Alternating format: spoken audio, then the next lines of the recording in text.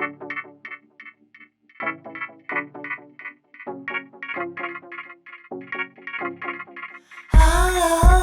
it might be where you come from. If where you come from casts a bright light on your new strokes that you made up. Oh, it might just wear you down if your love rubs up on the piss-offs and the give-ups. Always mix it with the good ones. What? Green lawns, rich sticks in Green Bay. Real high class, but my sweaty haze of summer. Sweet Jesus, don't eat all the money. I'm just seeing the speculation, playing shadows with our masters of the suburbs. We're the masters of the suburbs.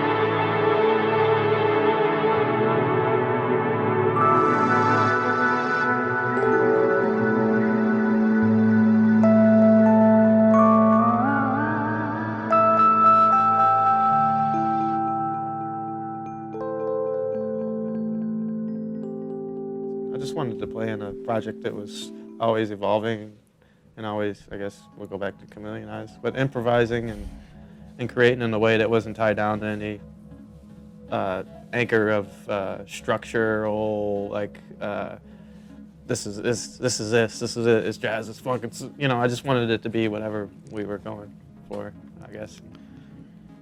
Mission accomplished so far. Hell yes. People that don't know, you play in several projects right now. This solo project that we are featuring Yeah. in this podcast arena. Yeah. Under your name. Under my own name. Under my own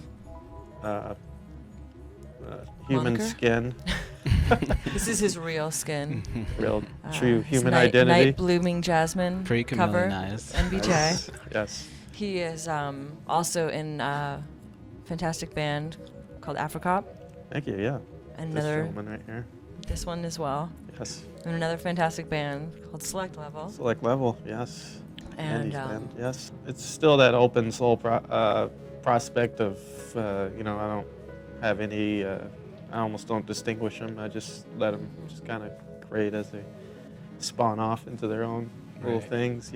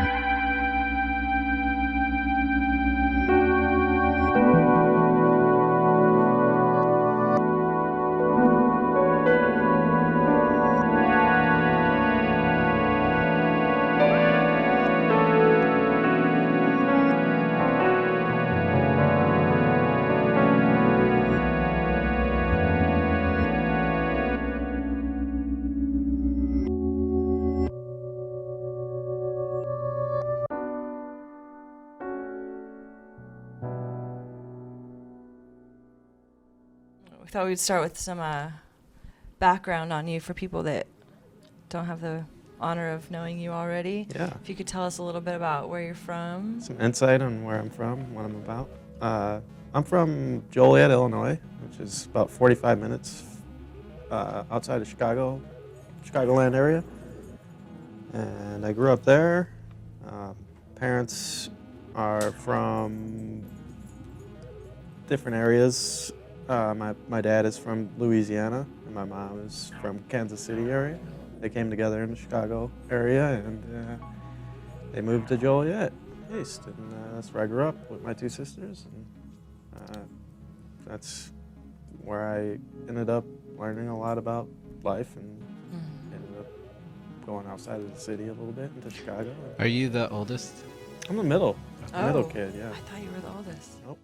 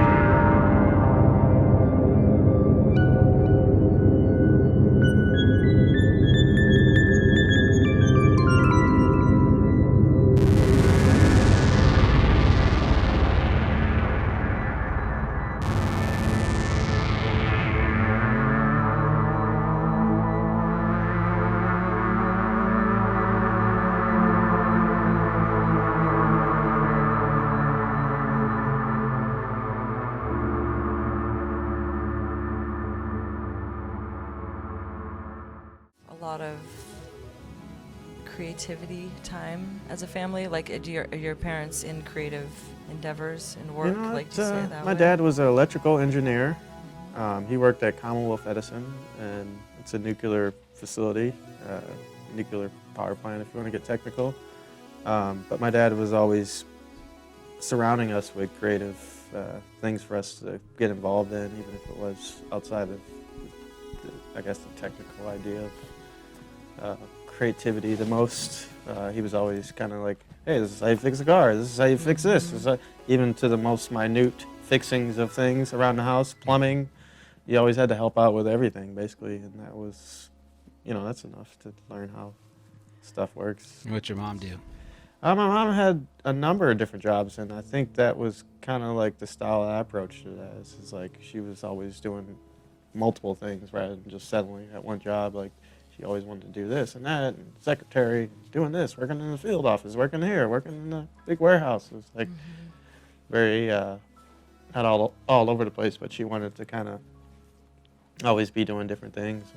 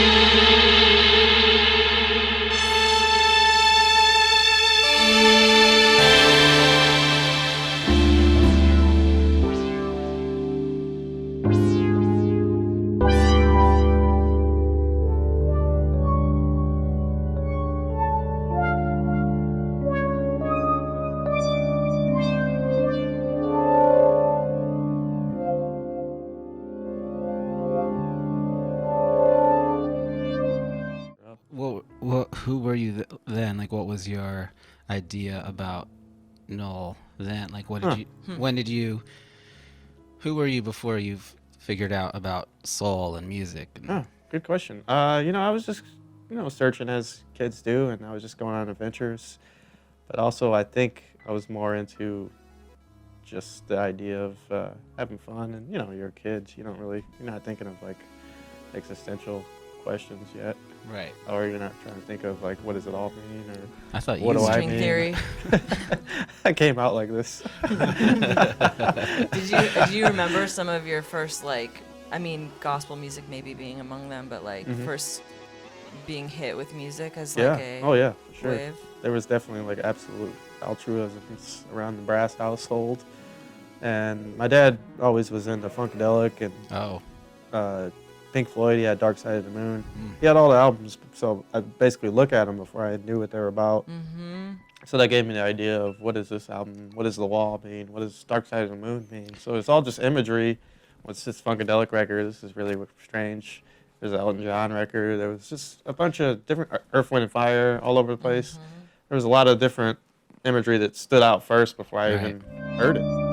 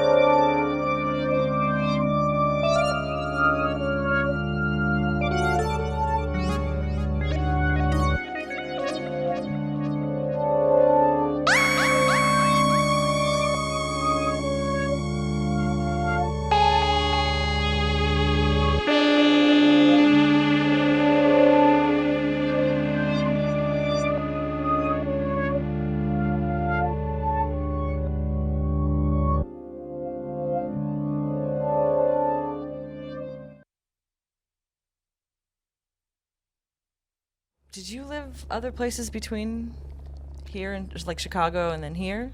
Yeah, that was basically it. I was in Joliet. I spent some time in Chicago studying and playing music for a while. And what really turned me on is I took a quick trip out to Europe to play some music with a guy that I met in the Chicagoland area who was from Belgium. And we took a nice little briefing over there. And what was he doing? What does he do? It's kind of Tom Waitsy, bluesy, Nick Cave / dobro. He played the dobro. Just the two of you? No, there was also I guess there was a bass player, there's a drummer. It was a full band setup. Oh, wow. What was the band called? It was just called Fab, actually. Fab, F-A-B. F-A-B? Yeah, but he had other musicians and such. And I think he was gonna try to call it something else because that's the type of name where there's like 80 of them if you look them up. Unless like, it's an which one acronym. is it? But his real name was Fabian van der Stapen. And Van der Stapen. Yeah, very Belgian, I guess. Understatement. Understated. Yes. And were you feeling it? Was it good music? Yeah, absolutely. I really enjoyed what he brought, and I just wanted to. That was like my first serious band. Yeah, like right out the bat, right out the door. You get to go to You European go on tour. a European tour. That's amazing.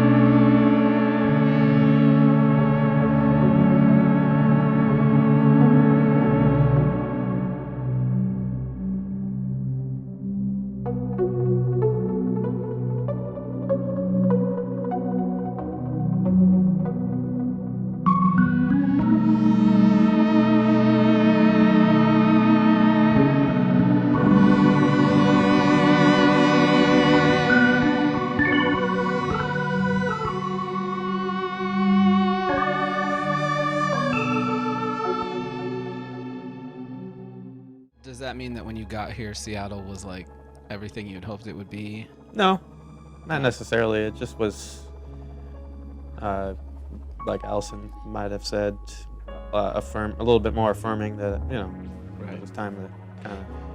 Who were your first, like, what were your first gigs, jobs, like bands that you saw? Oh. What were your first impressions of Seattle? Oh, that's a good question.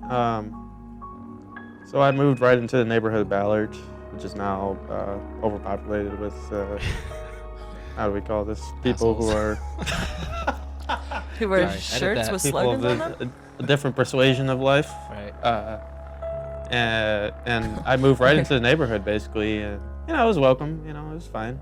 It was still kind of sleepy at the time, and I just started to check out the scene for myself. And I just was walking into places, where you go somewhere and you're just kind of like not afraid to do things. I kind of had that Right. mentality. I was like, I was just walking here. What's going on? Hey, what's up? Just talk to everybody. And I just felt like there was a lot of people doing a lot of different things, and I still have the same feelings about it. Good and the bad, obviously, as you adapt to anywhere where you live, and you yourself have to adapt to that, and so I just naturally kind of, just kind of have to chameleonize.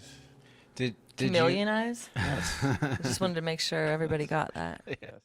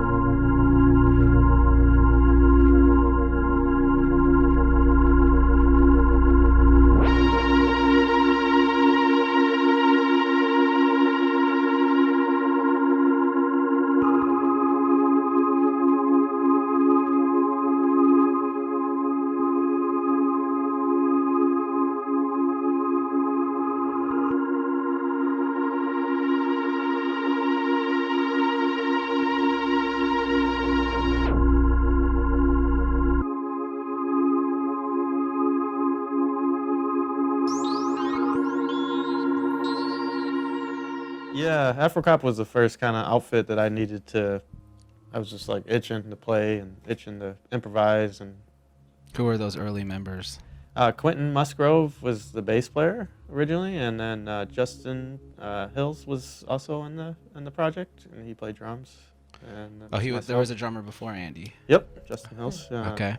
And he's still around Seattle playing music, and yeah, it just with the idea of it, you have everybody has different ideas when they bring things to the table, and some things work, some things don't. And that's life in kind of a nutshell. So you have to let things.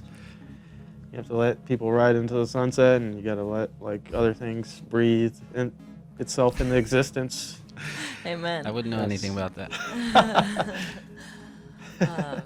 I mean, Afrocop as it is right now even also has a lot of guests. You guys play with Bill Horst a lot, and have other people sit in. It is, by the nature of it being improvised, is so adaptable to that, which is beautiful. Really suits you. I want to keep it like Suits that. The cop. Yeah, we're really. It's really hard to keep a band going for a long time. I feel like in any setting, and but this is one approach to keep it at least community based, and everybody speaking to each other rather than people fighting over what they want to play. You know. What do you think?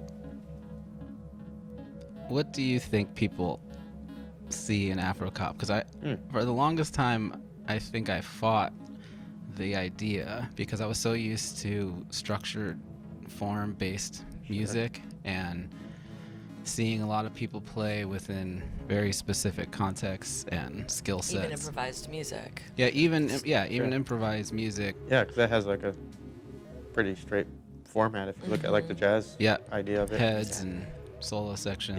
Yeah. And sometimes it's just, you know, going into ideas and seeing where it's going to take you to the next. But as far as that's concerned, I think that the whole idea of it was basically everybody brings their idea. You don't go home and practice a bunch of chops and then just, I like that chop that I was playing at home, so I'm just going to play it, you know, here. You pick what fits to what's happening, and by working together with each other and communicating. And I wanted to be on a higher level of communication rather than just, you know, like, let's just do this. And, you know, maybe that's the next consciousness level of improvised music. But, you know, it just began as an idea of, hey, everybody has their turn to speak, and, you know, and we speak together. And, you know, if it's a fluid motion, if we have similar ideas of where we want to take it, then we're gonna get along, and we're gonna make interesting music, even if it's weird to some people. And some people don't get it. That's fine. And other people get it. You know? I mean, I think people more and more are getting it, and that's really refreshing and Yeah, exciting. that It's is really exciting. Cool. Yeah. It is refreshing.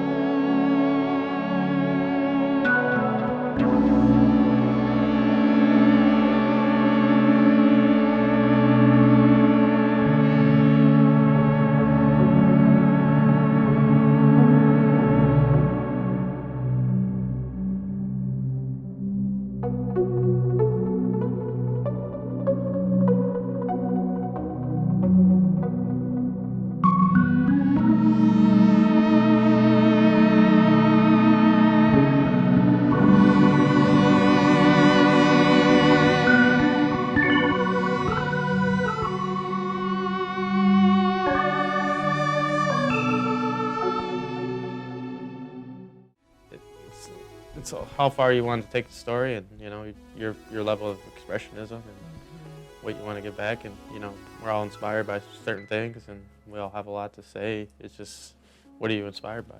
You know? Do you usually start from a place. seed, like a concept of like a note-based thing, or do you start with like your feeling or your like Yeah, I kind of always. idea? I guess I kind of saw it as like more like sculpting on the keyboard rather than like just going and playing ideas. Like taking an idea that's kind of not sure what it looks like at first, but then you kind of curving around some of the edges, and then as the shape kind of forms, you're kind of building like the textural layers around that. And I like that idea. Almost, you know, I might even mentioned it a couple days somewhere to someone. It's like I was talking to like a painter, and they were like, I always wanted to be a musician. And I was like, well, I always wanted to be a painter. It's like, so really, I just I can't paint worth shit, so I just gotta paint with the keys and all the Yeah. other brushes that it allows you. I like that type of sculpting of sound rather than hammering your point away and then Right. straightforward point. Just Yeah. There's a lot of space inside to like, I mean, it can be a vehicle for what I'm going through, yeah, what you're going through, all of us. absolutely. Empathy is the highest note, so to speak. Nice. Amen.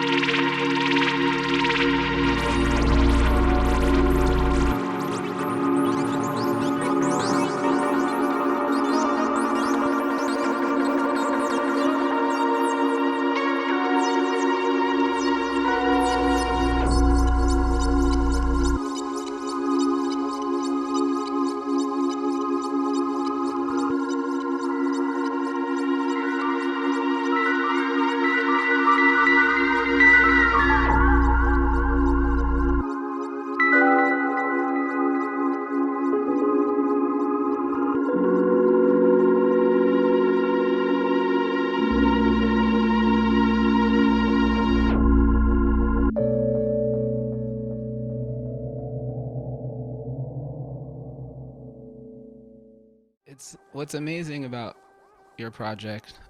What's the name of your album again? Broken Cloud Orchestra. Right. Broken Cloud Orchestra and Afrocop are almost. They almost shouldn't be able to exist. You know what I mean? Like in the musical climate that we're in right now. Yeah. That you're finding audiences and success in a time when people can't wait for their phones to update. People can't wait for their page to refresh. Yeah, it takes a lot of patience and and for the art to speak, it's been life affirming for me that I'm always surprised, like, oh my god, someone's actually listening.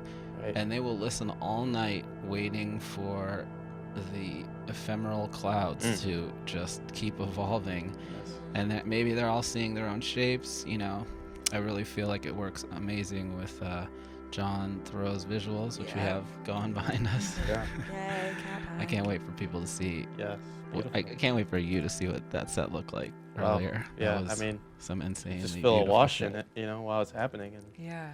isn't that the beauty of just creating, right? It's just Yeah. feeling a wash in it, and not having to, you know, you're not necessarily having to focus on one thing. You're just, I mean, I would say that whenever I've experienced any screen shows, you know, how you guys shift it and move it around, and so it's not the same thing, and or you know, you've seen it before, but you're not going to see the same thing again. Right. Like, why do you want it to be the same thing again? People are like, oh, I saw them, man. It was like, it's like, why compare things like that? Right. It's just unfair to people who create, you know. Right. Just to Yeah. expect something of. You don't want it to be the same. It's a Like the way it was on an album or Yeah, something. you're living within limitations, and like, Right. why like.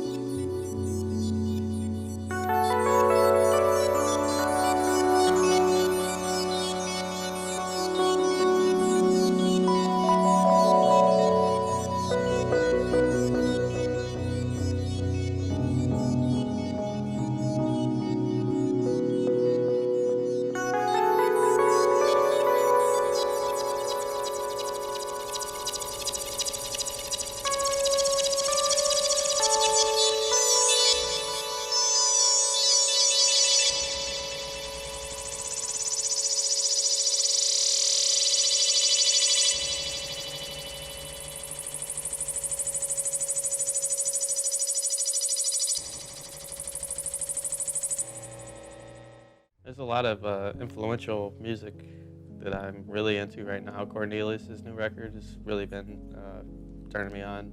That's called Mellow Waves. Shintaro Sakamoto, both Japanese pop ambient artists, I guess you could call them. Shintaro Sakamoto is really cool.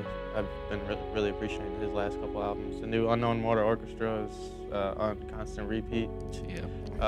It's an incredible work of art. It's beautiful. Interesting tones and such. And those guys are always inspiring. You know, I'm going always back to jazz and soul realm, funk, and there's enough in town to see live that you could stay occupied with that Yeah. for a lifetime. Do you see live music a lot? You know what? The thing is, I have to say I don't. I mean, you know, I guess that's the whole like joke, huggy musician, never get to dance. Well, especially for a tap dancer like Yeah. yourself. Yeah, I'd like to get back into that. I Honestly. would like you to get back into that as well. Maybe we can Really incorporate support that with the. Is Noel a tap dancer? Yes. Tap dancer. Everybody's a Obviously. tap. If you got some ideas about rhythm, you're a tap Everybody's dancer. A tap dancer here. This is amazing. But of course, you know, there's some great musicians in town. Joe Doria is one of my favorite keyboardists to see live. All his crew, and you know, Devon Lewis. And, there's just so much great music. You can't even begin to name Right. people off.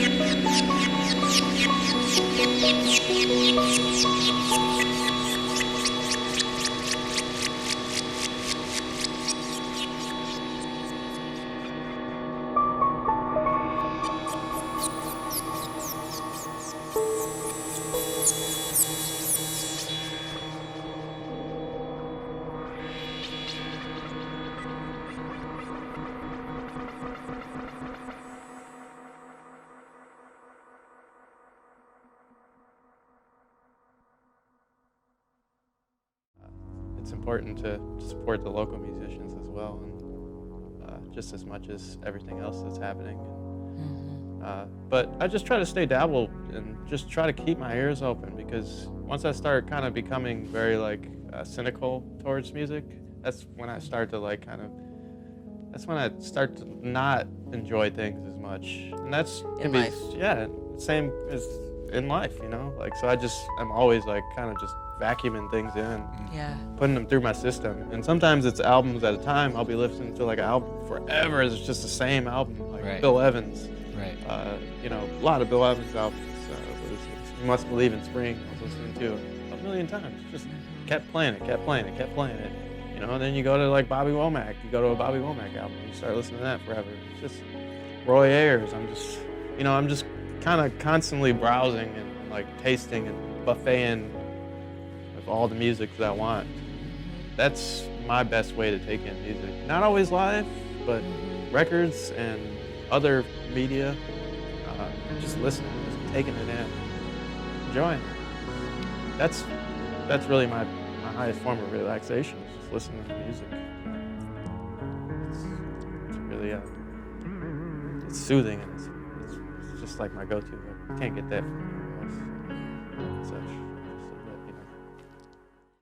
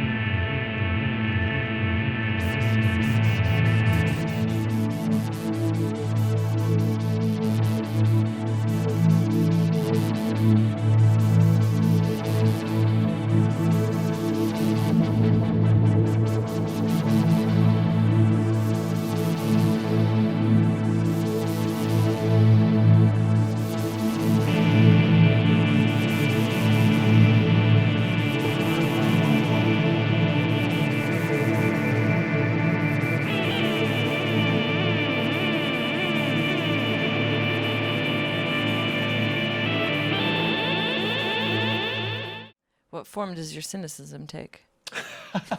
I mean, that's a. It's a good You could question. take that in a lot of ways. Yeah, but, absolutely. Just take it where you take it. Well, I kind of, cynicism is interesting, but I was always into like slapstick humor. So sometimes I just kind of like laugh at like the stupidest things. It goes and well it's- with tap dancing. Yeah, and I'm very cynical about like things that are just like regular life things. And, Right. You know, it's the same with humor. I like slapstick. I like Charlie Chaplin. I like Three Stooges. I like Mr. Bean. So you know, I like Zappa. So there's like all that mixed together that Yeah. kind of gives you like, I like Dylan's like weirder, darker edge stuff, but still kind of funny somehow. You know, you just kind of get into things. And William S. Burroughs, or you know, Philip K. Dick. There's things that we've talked about, and things that we were influenced by, and they're common threads for a reason, because they have this, you know, Yeah. universal kind of imagery.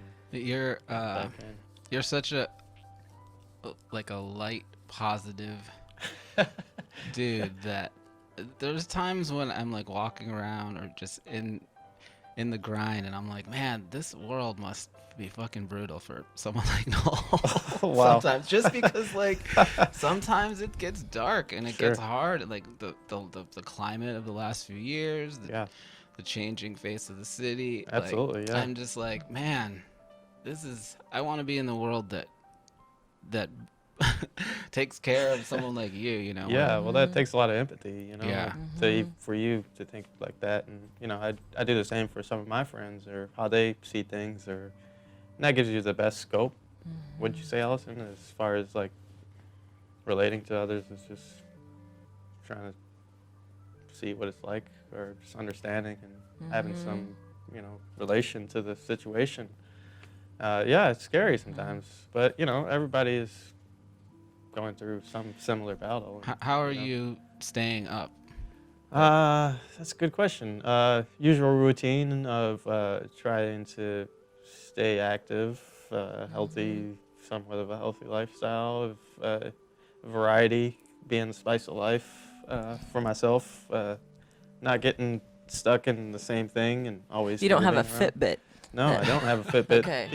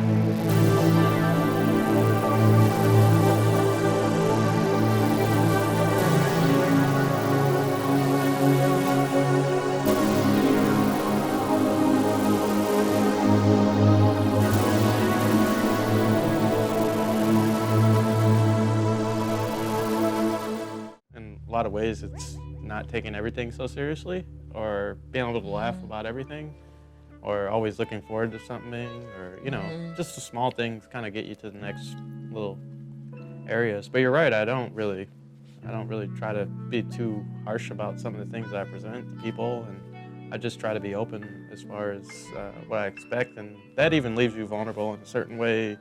It's like, are you being too much of a people pleaser? Are you being too much? Are you relying on your ego? There's so many different ways where you can kind of fall into pitfalls, and every way it's going to leave you into some type of dilemma about yourself or about others, or, you know, but the key is not to get too entranced in like even that and laugh about it. Just be like, we just take ourselves way too seriously. I mean, you know, like in general, I mean, it's great to be able to laugh about that type of stuff, and it's also great to laugh about the stuff that isn't. It's just low level humor or whatever. Just, you know, like stupid shit, you know, Very like, low. and that's why I like stuff like Airplane, where there's a joke every 4 seconds.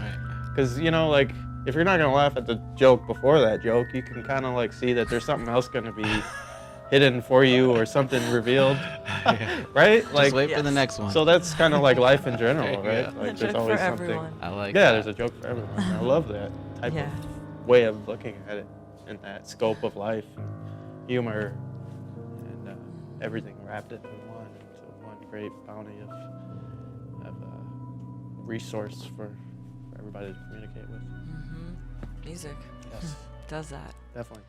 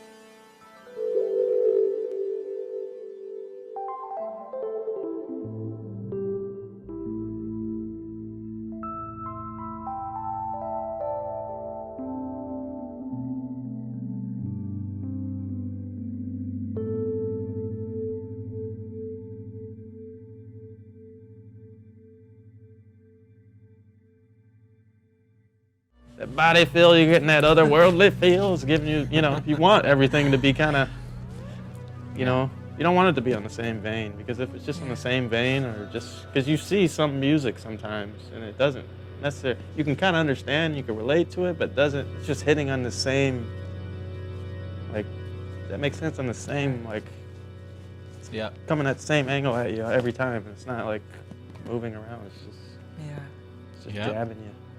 Same angle. Yes, I don't want you to jab me at the same angle, Right. Noel. I hate that. I hate Won't that. happen, don't worry. Music jabs you at the same angle. I mean, I think that's really it. I mean, we love you. Oh, we love, I love you.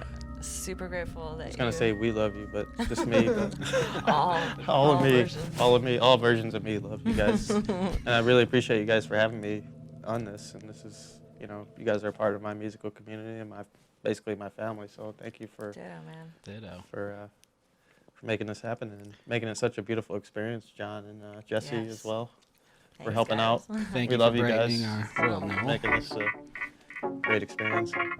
Joy. All right, joy. Great. Later. You come from, cast a bright light on your new drugs that you made up